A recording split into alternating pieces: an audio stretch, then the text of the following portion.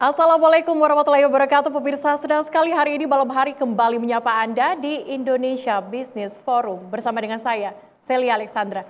Pemirsa, akhir-akhir ini media sosial kita dipenuhi dengan ragam menu makan bergizi gratis. Ya memang sudah tanggal 6 Januari memang sudah dilakukan dan dilancarkan di Indonesia. 71 triliun ini dana yang akan digunakan untuk program makan bergizi gratis. Banyak pihak yang terlibat pemirsa, mulai dari pedagang, pemasok, dan juga sampai pendistribusiannya. Bagaimana kemudian dampak ekonominya, kami akan bahas di Indonesia Business Forum pada malam hari ini dengan sejumlah narasumber yang relevan. Ada Pak Dadan Hindayan di sini. Hindayana, selamat malam Pak. Kepala Badan Gizi Nasional. Apa kabar Pak? Tampaknya Pak Dadan nih sibuk ya Pak ya akhir-akhir ini ya? Ya begitu, karena program ini sudah berjalan mulai tanggal 6. Ya. Kami sudah melakukan persiapan kan dari Februari 2024 ya. Oke, persiapan begitu banyak Pak. Ya. Dan juga di sini ada Ibu Afiliadi, Wakil Ketua Umum dari Kadin Indonesia. Selamat malam Bu Afi. Malam Kak Celia. Oke, ketemu lagi sama Bu Afi di Indonesia Business Forum. Ya, kabar sehat kasih. Pastinya ya. Alhamdulillah. Oke, dan juga hadir bersama dengan kami di sini ada Ibu Eliza Mardian, Ekonomi Core Indonesia. Selamat malam. Selamat malam. Selamat malam Mbak Eliza, pastinya sehat selalu ya hari ini. Kita bajunya couple nih Mbak. Oh ini.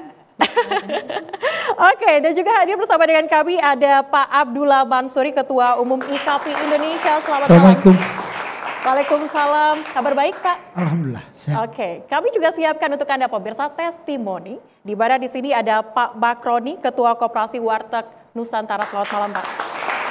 Assalamualaikum Mbak Celia. Oke, ini menarik sekali. Kami akan bahas pemirsa di Indonesia Business Forum usai informasi berikut ini untuk Anda. Program andalan Presiden Prabowo Subianto, Makan Bergizi Gratis, mulai diimplementasikan 6 Januari 2025 lalu. Untuk tahap awal, Makan Bergizi Gratis ditujukan untuk 26 provinsi di seluruh Indonesia dan menyasar 600.000 orang, wilayah perkotaan dan kabupaten. Tahun 2025, pemerintah hanya mampu menyediakan dana dari APBN sebesar 71 triliun rupiah. Sehingga anggaran satu porsi makan bergizi gratis turun menjadi Rp10.000. Nasi, buncis, wortel, tempe, dan jeruk. Oke, tadi kan udah nyoba nih makanannya. Lengkap juga ya, ada sayur, ada lauk pauk, ada juga buahnya. Enak nggak? Enak banget. Oke, seneng nggak sih makan bareng teman-teman tadi? Seneng banget. Terima kasih Pak Presidenku, semoga ini bisa bermanfaat untuk kita. Kita sih setuju ya atas upaya pemerintah buat ngasih makan gratis kepada masyarakat. Ya karena kan kita dari siswa juga nggak usah harus membawa bekal lagi, tapi tentunya itu dari makanan gratisnya itu udah dipastikan harus bergizi dan steril. Presiden Prabowo Subianto berharap program makan bergizi gratis bisa mendorong perekonomian terutama di daerah. Makan bergizi juga hal yang strategis. Dengan itu kita akan memberdayakan ekonomi pedesaan, ekonomi kecamatan, ekonomi kabupaten, ekonomi provinsi. Puluhan triliun akan beredar di daerah-daerah. Dengan makan bergizi, desa per tahun melalui uang makan untuk tiap anak-anak itu beredarnya adalah kurang lebih 8 miliar rupiah per desa per tahun. Makan bergizi gratis akan berjalan dalam 5 tahun mendatang. Program ini diharapkan dapat memberikan dampak berganda dan menyumbang pertumbuhan ekonomi sekitar 0,8%. Lalu sejauh mana peran UMKM dan UKM dalam program ini?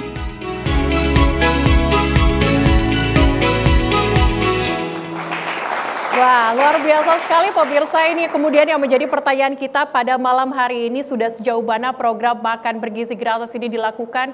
Sudah sepekan, kita langsung tanyakan, ada Pak Dadan di sini. Pak Dadan, sudah sejauh mana program ini dilakukan, kemudian juga sudah menyasar daerah mana saja Pak? Ya, alhamdulillah sampai hari ini itu sudah ada 222 satuan pelayanan pemenuhan gizi yang tersebar di 31 provinsi di seluruh Indonesia. Jadi pada saat launching tanggal 6 itu baru 190 di 26 provinsi dan hari ini sudah 222 di 31 provinsi. Baik, sudah di 31 provinsi begitu ya Pak. Tapi apakah UMKM ini sudah dilibatkan terkait dengan ini Pak? Ada berapa banyak karena Pak? Berdasarkan data yang kami miliki, 32% yang menjadi mitra kami sebagai penyedia mitra di SPPG itu UMKM. Kurang lebih sekitar 70 sampai 80 UMKM. Dan di luar itu mereka yang memasok bahan baku hampir semuanya UMKM. Baik. Ya, karena kan ada yang sebagai mitra, ada yang sebagai bahan baku, pemasok bahan baku. Oke. Dan perlu diketahui bahwa untuk 3.000 anak setiap hari termasuk ibu hamil, yang menyusui anak balita itu butuh 200 kg beras, butuh 350 kg ayam, ya atau 3.000 telur, butuh 300 kg sayuran. Dan kemudian juga butuh kurang lebih 40 sampai 50 liter susu. Oke, Itu adalah artinya aspek ekonomi yang cukup besar. Tadi Pak Presiden sudah menyampaikan di setiap satuan pelayanan nanti akan mengelola uang antara 8 sampai 10 miliar. Dan 85%-nya itu adalah dibelanjakan untuk bahan baku. Dan bahan bakunya 95% adalah produk-produk pertanian. Dan 10,5% untuk bayar ibu-ibu yang ikut masak. Yang tadinya ibu nganggur, tidak punya pekerjaan. Sekarang dibutuhkan kurang lebih 47 orang di setiap satuan pelayanan pemenuhan gizi. Ibu-ibu dan bapak-bapak yang bisa ikut terlibat sebagai relawan. Dan itu dari tadinya tidak punya pendapatan jadi punya pendapatan. baik, artinya sudah 32% ya. Kami tarik tadi kesimpulannya 32% pemirsa ini yang dilibatkan UMKM. Kita langsung tanyakan di sini ada UMKM begitu Pak dari Ketua Koperasi Warteg Nusantara Pak Mukroni.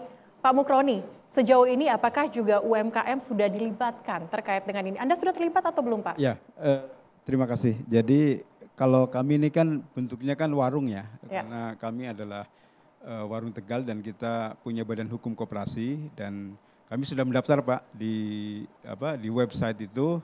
Tapi memang ada beberapa persyarat yang belum kami penuhin. Pertama harus tadi membangun dapur Pak. Sementara kami sudah punya dapur sendiri di 50.000 outlet di Jabodetabek gitu kan. Jadi kalau kita perhitungan realistis, mohon maaf ya, kita kan pengen, tapi kan kita sudah investasi di tiap-tiap anggota gitu kan. Jadi kelihatannya kita tidak bisa memenuhi untuk membangun dapur, itu satu. Yang kedua, kita sebenarnya kan punya dapur-dapur di outlet itu. Jadi 50.000 outlet itu, mohon maaf ini Pak Dadan ini, dari sejak Nusantara sampai Indonesia sampai sekarang ini belum ada orang makan di warteg itu kena racun, kena apa. Jadi artinya bahwa standar kami itu sudah alhamdulillah, cuma mungkin nanti ada beberapa inilah persyarat kesehatan dan sebagainya. Dan kami ini kan terkenal dengan ekonomis, praktis dan bervariasi. Praktis itu dimaksud adalah bahwa kita sudah belajar lagi karena mohon maaf teman-teman kan sudah ahli, hampir satu hari itu dia bisa memasak dengan 40 sampai 50 menu. Itu praktis itu. Yang kedua harganya mohon maaf, kalau warteg kan murah. Yang ketiga bervariasi tadi ada 50 ada apa dan yang keempat tentunya ada kemanfaatan bagi kita Pak Dadan. Karena dengan adanya nanti kerjasama dengan kami kita bisa menaikkan omset. Apalagi dengan kondisi ekonomi habis pandemi, mudah-mudahan ini program bagi kita bisa. Mungkin ini berproses Pak Dadan, barangkali nanti kita prosesnya berkelanjutan ya mohon ya diikutkan, digabungkan. Karena memang kita skalanya nggak bisa kalau untuk membuat dapur terus terang. Tapi kalau kita diikutkan dengan tadi sisi praktis, sisi ekonomis dan bervariasi insya Allah kita sanggup. Karena kita sudah ratusan, mungkin puluhan tahun kita sudah berusaha itu. Terima kasih. Oke, berarti kendalanya adalah untuk dapur itu ya Pak. Tapi sudah berusaha atau sudah mencoba untuk mengajukan atau seperti apa Pak? Ya, karena mohon maaf ya, ini kan program yang kita mendukung bahwa ini adalah program yang diinisiasi oleh Pak Presiden Prabowo dan ini sangat baik sekali gitu kan untuk memberi asupan kepada kaum rentan seperti ibu hamil, anak balita dan ibu menyusui dan ini kami akan dukung. Tapi tadi mungkin ada persyarat yang perlu diperlonggar Pak Dadang. Jadi biar kami ikut terlibat dalam program ini sehingga kita juga bisa membantu karena ini adalah program pemerintah yang baik dan kita juga ya diberi manfaat lah untuk pemberdayaan skala usaha ekonomi kecil, mikro dan menengah. Terima kasih itu aja. Baik, artinya sudah mencoba untuk mendaftar begitu ya Pak Dadan. Tapi kita coba akan dengarkan juga dari pemasok dan juga pedagang dari IKAPI, Pak Mansuri. Apakah memang sudah dilibatkan juga dan bagaimana kemudian persiapannya? Ya, sejak program ini diluncurkan, ini adalah angin surga bagi pedagang pasar ya. Karena kami bayangkan turunnya pendapatan ekonomi kami, turunnya daya beli masyarakat, itu akan tertolong jika program dahsyat dari Presiden ini bisa terakumulasi terhadap pedagang pasar. Kami ada 12 juta pedagang pasar di seluruh Indonesia yang terus menurun jumlahnya. Kami punya 14.000 pasar tradisional di seluruh Indonesia. Dan itu ada di desa-desa.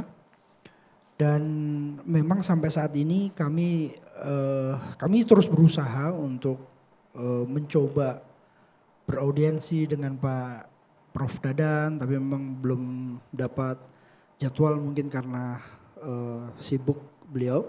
Tetapi prinsipnya kami sendiri dari pedagang, kami sudah membuat edaran bahwa jika program ini berjalan sesuai harapan kami, kalau di pasar itu punya 5 pedagang sayur, tiap hari bisa gantian. Sayur ini pedagang 1, pedagang 2, jadi tidak berebut.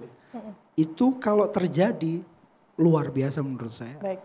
Gejolak yang penurunan daya beli yang menggugurkan pedagang, mematikan pedagang satu persatu itu tertolong dengan program kolosal yang menurut saya harus disertakan banyak pihak, tidak hanya pedagang, tetapi warung warteg, warung rumahan, termasuk pendistribusinya. Ini menurut saya 8 miliar kata Presiden. Kalau itu beredar di desa setiap tahun. Menurut saya banyak orang yang akan pulang kampung untuk ikut memastikan bahwa usaha di kampung lebih baik. Tapi memang saya harus akui sampai detik ini pedagang belum memberikan laporan bahwa dilibatkan dalam proses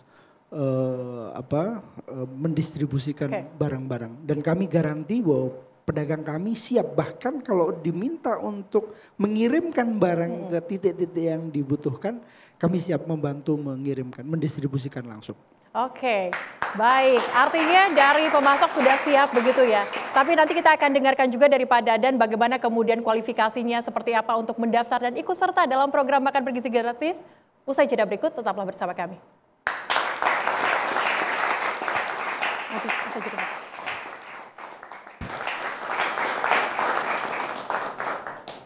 Anda kembali di Indonesia Business Forum, pemirsa. Kita lanjutkan perbincangan kita. Sebelum kita ke Pak Dadan, saya akan ke Ibu Afi Liadi terlebih dahulu.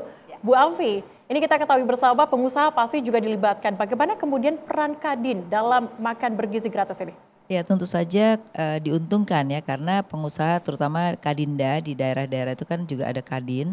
Nah mereka walaupun secara tidak langsung kan sekarang tetap harus mendaftar. Jadi tidak ada privilege buat siapapun tetapi harus ada pendaftaran. Jadi mereka juga sudah mempersiapkan diri untuk membantu ya dalam proses ini. Tapi memang ke depan sih kalau kami melihat mungkin perlu melibatkan pengusaha mungkin sebagai entah itu CSR. Jadi beban negara nggak makin besar karena berat juga kalau ada 19,47 juta yang harus ditanggung oleh pemerintah dalam berapa tahun ke depan. Karena ini kan nggak bisa berhenti sampai di sini.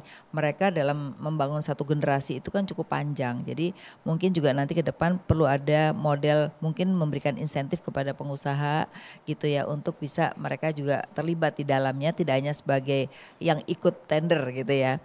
Nah memang yang nanti menjadi kendala itu adalah sejauh mana masalah cash flow karena ini kan juga pengusaha apalagi kalau melibatkan UKM kan dananya sangat terbatas ya ini juga perlu kepastian dalam pembayaran karena pengalaman-pengalaman yang lalu itu banyak sekali UKM yang bayarnya terlambat. Akhirnya kan mereka harus pinjam ke bank, mereka harus bayar bunga gitu. Nah ini mungkin perlu menjadi perhatian pemerintah bahwa bayarnya harus tepat waktu gitu karena mereka juga dananya terbatas ya. Yang kedua tadi menurut saya juga penting tuh yang soal dapur gitu. Apakah memang kalau mereka ikut tender wajib ataukah sebaiknya juga dikoordinir lebih bagus gitu. Jadi misalnya yang punya kemampuan mengkoordinir mereka yang mendapatkan proyeknya tapi mereka nanti juga melibatkan UKM dan itu harus ada dalam perjanjian. Nah itu yang kedua. Yang ketiga kalau memang ekonomi daerah mau dilibatkan juga perlu dalam waktu berapa lama ganti UKM-nya gitu. Jadi tidak dia terus ya. Nah itu saya rasa juga bagus karena jadi UKM itu terlibat semua tidak hanya yang mendapat tender pada saat itu aja gitu. Jadi harus diperluas gitu. Jadi itu kita harapkan jadi UKM yang menjadi anggota Kadin juga bisa mendapatkan multiplier efek daripada makan gratis ini gitu. Baik, tentunya ini luar biasa ya Bu ya. Untuk nantinya biar semua UMKM itu bisa satu persatu ikut serta dalam program ini selama 5 tahun ke depan. Betul sekali. Tapi Pak Dadan, untuk hal ini tadi kan juga kita sudah dengarkan bersama bagaimana permasalahan begitu ya dari UMKM, pemasok dan juga pengusaha. Pak sebenarnya untuk bergabung begitu kualifikasinya apa? Persyaratannya apa Pak? Iya untuk bergabung sih siapa saja silakan. Ya. Yang penting mengunjungi website BGN kemudian bisa ketik mitra.bgn.go.id. Jadi itu pendaftaran tersentral di Badan Gizi, kemudian kami akan verifikasi dan kami akan cek kelayakan dari masing-masing. Perlu Mbak Celia pahami dan Bapak Ibu sekalian pahami bahwa program makan bergizi tidak hanya memberikan pelayanan pemenuhan kalori dan komposisi gizi, tapi juga kita mengedepankan aspek higienis dan food safety atau keselamatan makanan. Ini program besar, sangat rentan terhadap hal-hal yang riskan. Dan sekarang ini kan zaman media sosial, kalau ada satu keracunan saja, itu suaranya lebih nyaring dibandingkan yang tidak keracunan. Jadi ini mohon dipahami bagi siapa saja yang ingin terlibat, mohon ikut rule kami. Terutama ketika proses pengolahan. Dan ini sebetulnya dapur itu tidak terlalu besar. Cikal bakal program ini ada di Warung Kiara, Sukabumi. Kami ketika dulu diminta untuk melakukan pilot project, dan ketika kami memilih antara menyewa ruko dengan membangun, kami sewa ruko. Kenapa? Karena kalau membangun bangunan kami butuh 2 bulan dan itu kampanye sudah lewat. Akhirnya ada sebuah ruko dengan ukuran 8x16 kami sewa dengan harga hanya 26 juta saja. Kemudian kami renovasi hanya 150 juta. Kemudian kami buat alur yang membuat proses makanan itu higienis. Jadi barang masuk dengan proses yang dilakukan termasuk barang keluar itu tidak satu pintu. Jadi kemudian setiap ruangan ada sekatan. Jadi itu sebenarnya sesuatu yang cikal bakal kami tidak harus besar. Kalaupun kami sekarang membangun yang ukuran 20x20, itu sebenarnya percontohan di setiap daerah dan akan digunakan untuk training center bagi UMKM yang ikut terlibat. Inilah proses alurnya yang harus diikuti dan untuk itu butuh ruangan yang besar untuk melatih. Jadi sebetulnya tidak perlu ruangan yang cukup besar. Jadi asal alurnya higienis dan bisa dipertanggungjawabkan.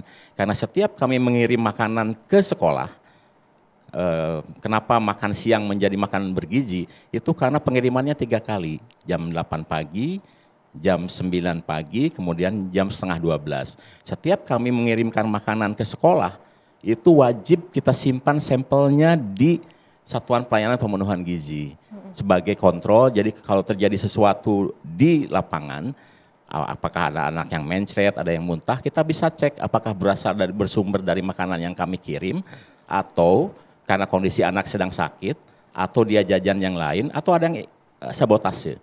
Nah itu keamanan yang seperti ini menjadi standar kami. Jadi siapapun silahkan bergabung asal ikuti alur kami itu. Karena ini program besar, program yang diperhatikan oleh semua orang, tidak boleh ada kesalahan sedikit pun. Tapi prosesnya lambat nggak sih? Lama atau butuh waktu mungkin beberapa bulan untuk bisa bergabung atau seperti apa prosesnya Pak? Ya, sekarang ini sudah ada 13.000 yang mendaftar di website, sudah diseleksi tiap hari karena ada tim yang memverifikasi. Sekarang sudah ada 220 hanya dalam waktu yang sangat singkat. sudah menyebar di 31 provinsi ini sebagai bukti bahwa kami sangat mudah untuk melakukan itu dan kami cek setiap hari. Termasuk kenapa pegawai Badan Gizi sudah ada di lokasi itu. Karena verifikasi tidak hanya melalui digital, tetapi juga real dikunjungi di lapangan. Kalau memenuhi syarat, meskipun itu hanya sebuah rumah atau sebuah ruangan yang dimodifikasi dan alurnya higienis, kami loloskan. Tapi untuk tahap awal ini, memang seperti yang disampaikan Bu Afiliani, ini masalah keuangan sedang kami bereskan. Kenapa? Karena pada saat Badan Gizi launching tanggal 6, pada saat yang sama kami baru berusaha membuka blokir dari anggaran yang ada. Jadi perlu ketahui bahwa anggaran itu ditetapkan oleh pemerintah, tidak otomatis bisa digunakan. Itu ada 20 syarat untuk bisa digunakan. Dan kami alhamdulillah berhasil membuka blokir tanggal 6 itu. Dan untuk kegiatan yang sudah berjalan, untuk sementara ini masih merupakan kontribusi daripada mitra. Jadi ini mitra-mitra yang memang merah putih ingin program ini jalan, mengeluarkan uang duluan. Nah, kami sudah koordinasi dengan Dirjen Anggaran, Wakil Menteri Keuangan dan Menteri Keuangan. Kami ingin agar uang itu masuk dulu ke rekening Badan Gizi.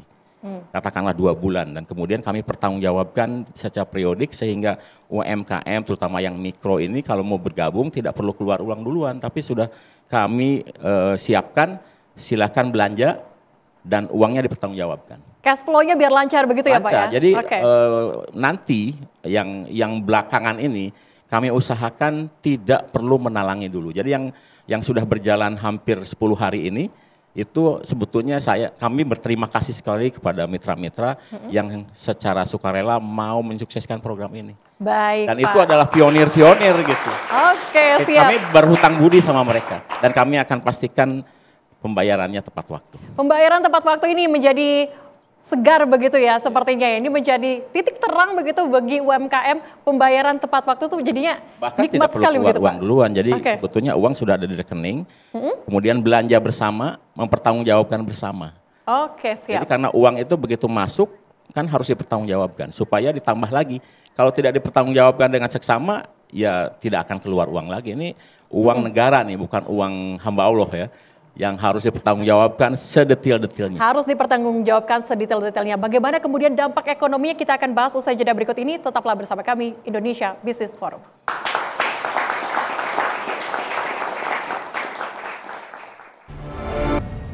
Chicken teriyaki, nasi putih, dan sayur buncis. Sayur buncis. Nah dari tiga-tiganya Jihan suka nggak sih menunya? Suka banget. Di antara 3 itu yang paling suka yang mana? Chicken teriyaki. Kenapa tuh? Enak juga, manis, rasanya asin. Ya pokoknya enak lah ya. Rakel tadi makannya habis nggak? Habis. Enak nggak makanannya? Enak tapi kurang doyan sama sayurnya. Oh kurang doyan sama sayurnya. Tapi buahnya, dagingnya doyan nggak? Doyan. Doyan. Yang mana yang paling suka? Dagingnya.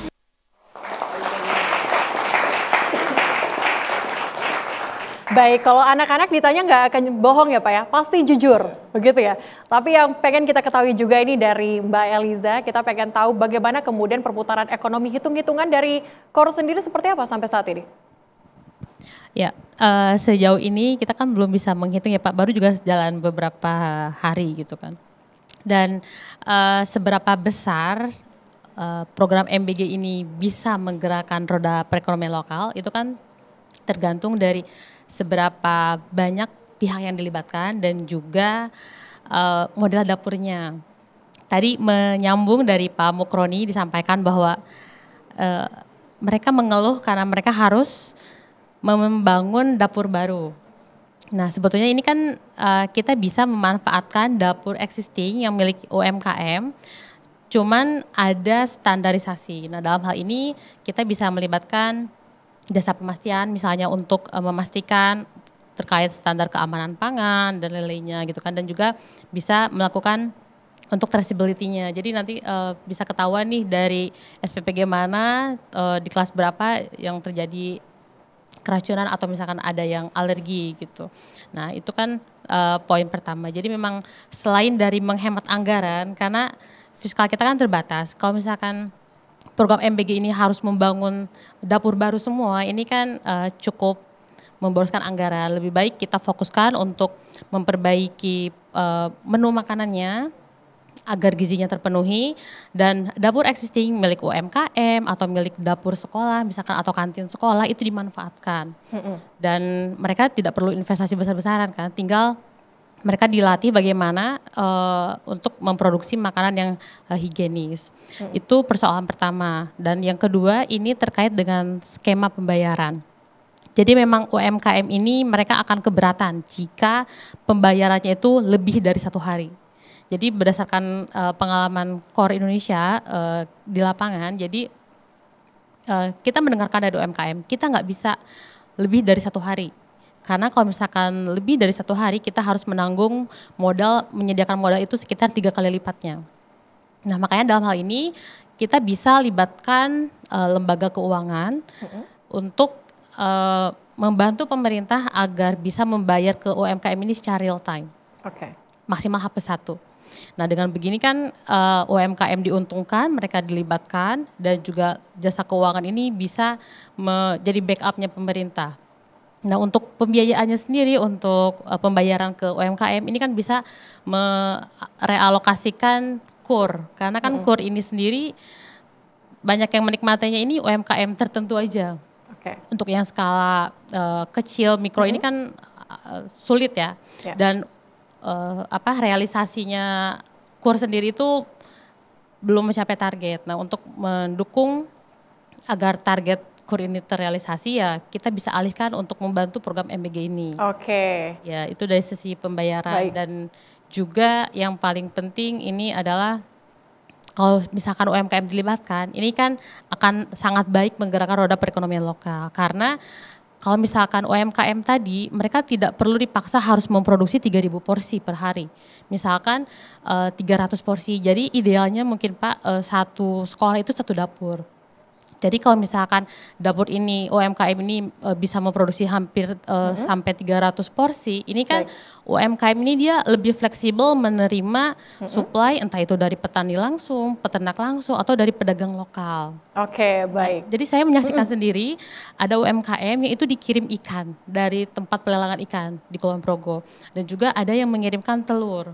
Jadi kebetulan dia punya peternakan lokal sendiri dan itu langsung dikirimkan ke dapur UMKM tersebut. Jadi bahkan ada juga petani yang dia itu hasil panennya ikut menggiling padi di penggilingan, dan setengah hasil penggilingan itu dijual ke UMKM. Dan UMKM ini bisa dengan fleksibel menerima dari para petani, peternak, dan nelayan juga. Jadi tapi sebentar, sebelum Anda lanjutkan nih Mbak Eliza. Yang menjadi pertanyaan kita saat ini adalah dengan anggaran 71 triliun ini, apakah nantinya bisa untuk mendongkrak perekonomian UMKM atau seperti apa? Ya tadi tergantung seberapa banyak UMKM yang dilibatkan. Kalau misalkan tadi 1 dapur 1 UMKM, ini kan setidaknya 1 UMKM ini dia bisa sampai menyerap tenaga kerja itu ada penambahan sekitar 2 orang pekerja. Nah ini kan kalau semakin banyak nih tersebar gitu ya, ini kan makin banyak multiplier effect-nya yang akan tercipta. Berarti ini berbeda dengan central kitchen. Itu kan hanya di titik tertentu aja kan, karena itu harus memproduksi dalam skala besar 3.000 gitu. Beda kalau misalkan 300 kecil-kecil di berbagai daerah, ini kan dia gerakan di daerah. Pergerakan ekonomi jauh lebih cepat begitu ya, lebih banyak begitu yang berdampak kalau misalnya UMKM itu banyak yang dilibatkan. Tetapi Pak Dadan, kita ketahui bersama kalau berbicara soal anggaran 71 triliun, ini apakah cukup Pak untuk 1 tahun? Bagaimana nih Pak? Cukup, kalau untuk 2025 kan kami punya target dari Januari sampai April itu melayani 3 juta penerima manfaat yang akan dilaksanakan melalui 937 satuan pelayanan pemenuhan gizi. Kemudian nanti dari April ke Agustus kita tingkatkan menjadi 6 juta penerima manfaat melalui 2.000 satuan pelayanan pemenuhan gizi. Nanti dari akhir Agustus sampai Desember kita akan melayani 15 sampai 17,5 juta penerima manfaat melalui 5.000 satuan pelayanan pemenuhan gizi, dan dengan 5.000 nanti ini akan sudah mulai masif tersebar di seluruh Indonesia. Sekarang saja baru 0,7%, vibe-nya sudah kemana-mana. Apalagi nanti kalau sudah 5.000 ya, dan itu sudah tersebar di seluruh Indonesia, saya kira ini akan mulai dirasakan manfaatnya baik untuk penerima manfaat maupun untuk UMKM. Dan kami melakukan bertahap bukan hanya karena kesiapan infrastruktur, kami juga harus menyiapkan UMKM agar layak melakukan pelayanan terhadap penerima manfaat, tapi juga kesiapan bahan baku karena kami ingin ini berbasis potensi lokal sehingga ekonomi wilayah itu berkembang. Ya, coba bayangkan dari uji coba kami di Warung Kiara itu ada satu area sawah yang kami kelola, tadinya 3 musim tidak pernah ditanami. Dengan adanya program makan bergizi ini sekarang penuh, hampir setiap bulan kami tanam dan setiap bulan kami panen. Jadi beras yang diberikan makan itu ke para penerima manfaat berasal dari sawah sendiri, dan itu model yang ingin kami dapatkan di seluruh Indonesia. Ya, nanti kalau sudah jalan, contoh nih ya, kalau sudah jalan, sudah penuh gitu, NTT itu punya APBD satu provinsi hanya 2 triliun. Kalau ini sudah jalan penuh 82,9 juta, NTT akan menerima 8 triliun dari Badan Gizi. Dan dari 8 triliun itu 85%-nya untuk membeli bahan baku potensi lokal. Jadi ini potensi ekonomi yang cukup besar.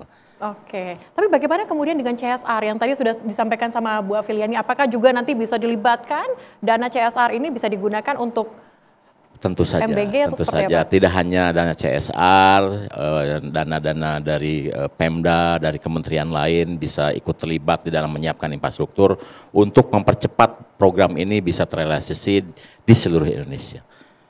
Baik, untuk program makan bergizi gratis, kalau dari segi Kadin sendiri, dari pengusaha apa kemudian bentuk kolaborasi yang bisa dilakukan antara pengusaha dan juga UMKM kecil agar nantinya MBG ini bisa menyasar seluruh UMKM kecil yang ada di daerah. Bagaimana Bu? Makanya di dalam Kadinda, jadi Kadin yang di daerah itu sebenarnya bisa mengkoordinir UKM karena menurut kita sebaiknya UKM itu dikoordinir, karena kalau sendiri-sendiri cenderung mereka nanti tadi ada masalah itu susah. Kemudian juga soal pendanaan juga akan biasanya mereka juga punya masalah Pak ya, karena nanti juga nggak kemungkinan untuk dapat dana dulu apakah bisa belanjakan, biasanya kalau APBN nggak bisa tuh Pak, susah untuk melakukan itu gitu. Jadi dengan dikoordinir nanti di dalam asosiasi-asosiasi menurut saya itu bisa menyebar dan akhirnya sama-sama diuntungkan gitu. Nah dengan demikian apa yang menjadi masalah sekarang kelas menengah itu menghadapi penurunan tuh saya rasa akan bisa kembali lagi, karena UKM tuh sekarang yang paling kena dampak sebenarnya. Kenapa? Karena mereka yang pada saat COVID tutup itu belum semuanya kembali lagi recovery. Nah karena kita tahu UKM itu banyak di sektor pangan justru warung-warung. Nah ini akan bisa menghidupkan kembali. Nah mungkin yang harus dipikirkan ke depan adalah sustainability daripada mereka. Jadi pemerintah nanti mungkin tidak hanya mengasih proyek tapi mulai memberikan kail. Ya, entah insentif atau membangun bisnis model dengan perusahaan besar dengan UKM untuk menjadi supply chain. Nah ini kan belum ada di kita, sehingga masih masing-masing gitu. Kalau perusahaannya sadar ya dia cari UKM sebagai partner. Tapi menurut saya kalau itu nanti menjadi insentif itu pasti mereka akan mau berkolaborasi. Nah kita berharap nanti ada yang namanya closed loop. Jadi bagaimana perusahaan besar dengan UMKM bisa berjalan ya, itu untuk keberlanjutan daripada program ini gitu. Karena kalau ini kan pemerintah yang kasih demand-nya kan, tapi bagaimana ke depan itu bisa mendapat demand yang berkelanjutan gitu. Karena kalau ada kolaborasi bersama pasti juga nanti berkelanjutan tuh jauh lebih mudah begitu ya Bu Afri? Betul, dan otomatis UKM kita naik kelas kan, problem kita tuh UKM kita nggak naik kelas, padahal tingkat pengeluarannya makin tinggi kan gitu, sehingga akhirnya mereka nggak bisa naik kelas terus, dan padahal target pemerintah untuk kasih kur kan makin tinggi ya, dan mereka akhirnya bisa jadi kredit macet, usahanya nggak naik tapi kreditnya nambah terus gitu. Nah ini yang harus dihindari. Harus dihindari itu. Tapi kalau untuk kolaborasi sendiri dari Pak Mansuri, apakah memang sudah ada kolaborasi mungkin bersama dengan pengusaha-pengusaha terkait dengan pemasokan dan sebagainya untuk meningkatkan mungkin daya tambah begitu? Saya memang menyampaikan ke teman-teman pedagang bahwa ini masih skalanya kecil ya, sehingga kita memang belum bisa merasakan secara nyata gitu. Tadi Prof Dadan sampaikan bahwa ini memang perlu waktu untuk sampai ke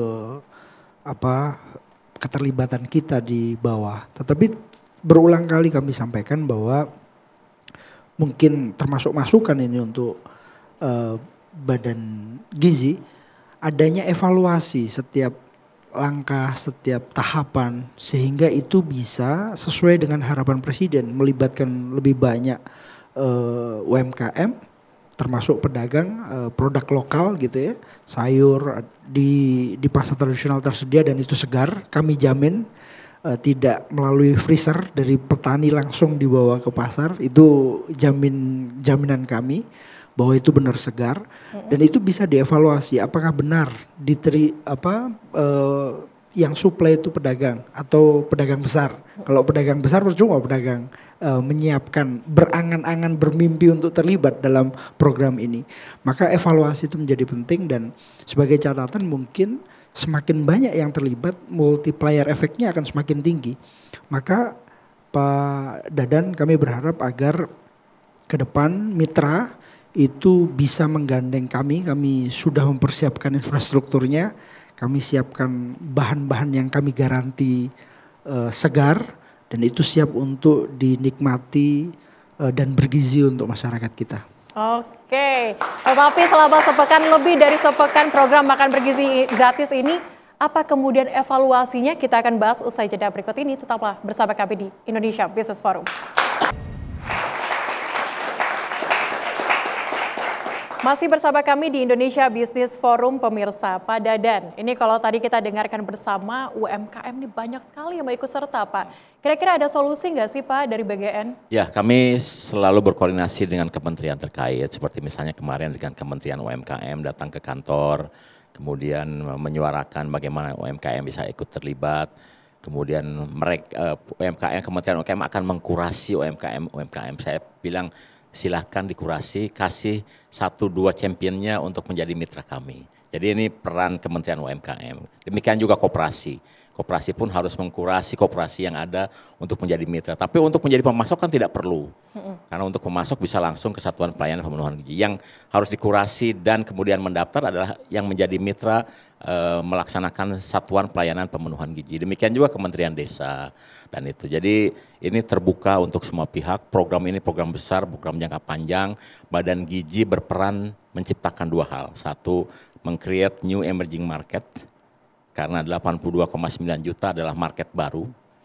Yang kedua, Badan Gizi berperan sebagai off-taker terdepan bagi produk-produk lokal yang selama ini sulit didapatkan. Jadi banyak program pemerintah, CSA segala macam untuk membina UMKM, suruh menanam sayur, suruh melihara lele, ujung-ujungnya kesulitan memasarkan.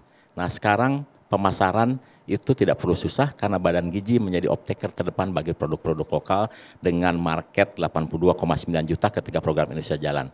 Untuk sementara ini untuk tahun 2005 17,5 juta market yang harus dipenuhi. Baik, kita akan dengarkan juga dari Pak Mukrodi. Pak Mukrodi mungkin tadi sudah beberapa kali dijawab gitu ya oleh Pak Dadan terkait dengan ini, terkait dengan dapur yang sempat menjadi kendala. Bagaimana tanggapannya Pak? Ya, terima kasih Pak Dadan. Jadi prasyarat itu memang harus kita penuhi gitu kan. Dan ini juga akan memberikan dampak positif bagi kami agar warteg naik kelas gitu kan. Supaya tadi ada higienis dan sebagainya.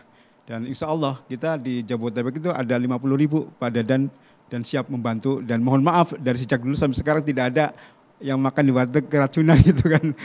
Tapi memang perlu ada peningkatan itu. Dan yang kedua memang mohon maaf Pak, dengan harga seberapapun kami siap. Karena memang di warteg murah dan ekonomis itu. Jadi menurut saya kami nanti akan ikut berpartisipasi dalam program ini. Dan tentunya perlu ada edukasi Pak kepada kami sehingga kami bisa menjadi partisipasi dan bisa bermanfaat bagi UMKM untuk memberdayakan menjadi warteg-warteg yang bisa naik kelas. Terima kasih. Baik, Mbak Eliza, kalau dari KOR sendiri menyikapi bagaimana dampak dan juga 5 tahun program ini akan berlangsung, apakah juga nanti akan menggerakkan perekonomian atau seperti apa mungkin dari KOR? Ya, sebetulnya kan program makan bergizi gratis ini lebih ke bisa menggerakkan perekonomian lokal dan juga mengurangi ketimpangan ya antara misalkan desa, kota gitu kan. Dan untuk penggerak konsumsi kan kalau kita breakdown itu penggerak konsumsi kita kan ada kelas menengah dan atas ya. Kelas bawah ini tuh enggak terlalu signifikan mendorong pertumbuhan ekonomi, tapi MBG ini adalah salah satu untuk mencapai pertumbuhan ekonomi yang inklusif. Jadi lebih ke arah inklusivitas itu. Dan di sini kita berharap bahwa pemerintah ini tidak satu model ya Pak dapurnya, tapi macam-macam, misalkan bisa menggunakan dapur UMKM, dapur sekolah yang menempel di sekolah, kantin sekolah, atau misalkan dapur milik komunitas lokal.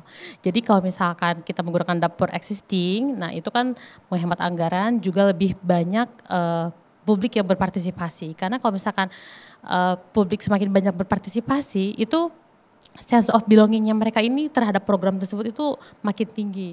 Dan mereka ini akan dengan secara penuh mendukung keberhasilan program. Dan yang mungkin ke depan beberapa yang harus dievaluasi itu terkait dengan pertama dari menu ya Pak. Saya menemukan ada menu yang bukan real food. Jadi yang makanan-makanan yang ya kategorinya junk food gitu. Itu kan sebetulnya jangan disajikan kepada anak-anak karena kan kita esensinya ini akan meningkatkan gizi dengan makanan-makanan yang real food dan sesuai dengan lokalitasnya mereka.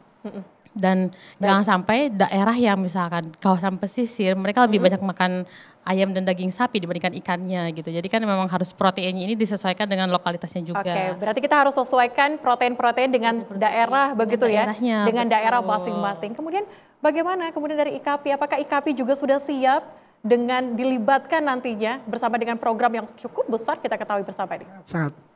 Sekali lagi ini program kolosal ya, program besar ya yang melibatkan semua pihak kalau itu memang nanti terjadi. Tapi sekali lagi kami ingin sampaikan bahwa ada beberapa catatan. Yang pertama, penyediaan bahan baku lokal itu menjadi penting, termasuk melibatkan pedagang pasar. Ada pemberdayaan ekonomi lokal termasuk semua stakeholder di lokal itu juga terlibat.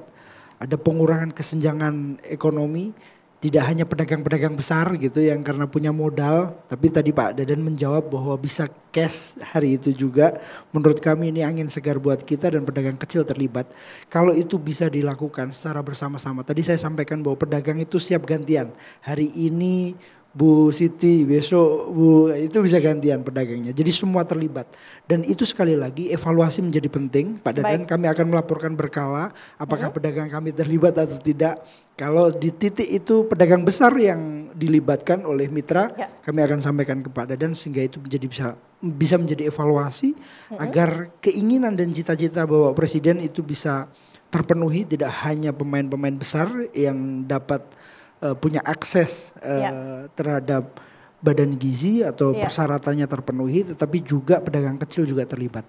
Baik, pedagang kecil juga terpenuhi nantinya. Kemudian apa menjadi harapan dan juga masukan dari Kadin Indonesia terkait dengan ini? Jadi tadi selain tadi karena anak-anak itu dapat makan, maka sebenarnya uang jajannya itu nanti oleh orang tuanya bisa untuk konsumsi yang lain. Jadi ini juga efek ekonominya cukup bagus ya. Nah mungkin masukan kita adalah memang bagaimana penyebaran itu bisa terjadi. Jadi otomatis jangan itu-itu aja. Jadi kalau bisa tiap 2 bulan ganti UKM-nya gitu. Jadi itu keterlibatan itu juga penting karena ekonomi daerahnya akan jadi lebih marak ya. Kemudian juga jangan sampai ada anggaran yang lebih banyak untuk penyelia. Jadi orang yang ngawasin itu biaya lebih banyak daripada anggaran untuk makannya gitu. Karena ini banyak kejadian gitu. Itu sih. Oke, terima kasih hari ini luar biasa sekali narasumber kita yang hadir di Indonesia Business Forum. Terima kasih semuanya dan juga terima kasih untuk adik-adik dari Universitas Bakri dan juga Universitas Terbuka yang sudah hadir hari ini. Dan pemirsa, kita akan tunggu nantinya selama 1 tahun ini apakah realisasi dari program makan bergizi gratis akan baik dampaknya terhadap ekonomi. Demikian Indonesia Business Forum, saya Celia Alexandra Bakli Kru yang bertugas pamit undur diri. Terima kasih dan sampai jumpa.